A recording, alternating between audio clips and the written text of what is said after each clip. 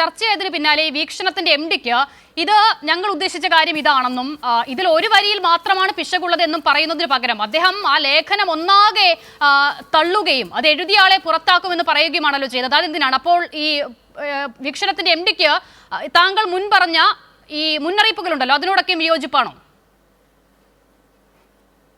ഞാൻ പറഞ്ഞ മുന്നറിയിപ്പുകളെ കോൺഗ്രസ് നേതാക്കൾക്ക് ബാധകമാണെന്നല്ല ഞാൻ പറഞ്ഞത്. ഞാൻ പറഞ്ഞ മുന്നറിയിപ്പ് പാർട്ടി പ്രവർത്തകർക്ക് എന്ന് വെച്ചാൽ പാർട്ടിയിലെ ചില നേതാക്കള് ചില ചില നേതാക്കളെ ചില പ്രവർത്തകരെ അല്ലെങ്കിൽ അവരുടെ ഒപ്പം നടക്കുന്ന ചിലരൊക്കെ ഇത് CPM ആണല്ലോ പുരോഗമനവാദികൾ സ്ത്രീപക്ഷവാദികൾ എന്നൊക്കെ ചിന്തിച്ചവരുടെ പിന്നാലെ പോകാതിരിക്കാൻ വേണ്ടിയുള്ള ഒരു ലഘു സന്ദേശം പത്രത്തിന്റെ MD അത് തള്ളിക്കളഞ്ഞു. ഞാൻ അത് തന്നെയാണ് ചോദിച്ചത്. MD ആ എഡിറ്റോറിയലിനെ ഒന്നാകെ തള്ളിക്കളയുകയാണ് ചെയ്തത്. ഒന്നാമത്തെ കാര്യം. അപ്പോൾ MD-യുടെ വിഷയത്തിൽ അദ്ദേഹത്തിനാണോ നിലപാടില്ലാത്തത് എന്നുള്ളത് ഒന്നാമത്തത്. രണ്ട്, ഇപ്പോൾ താങ്കൾ പറഞ്ഞ ആ ഇരവാദമുണ്ടല്ലോ, താങ്കളും ഉമ്മൻചാണ്ടിയോടാണ് ഉപമിച്ചത്.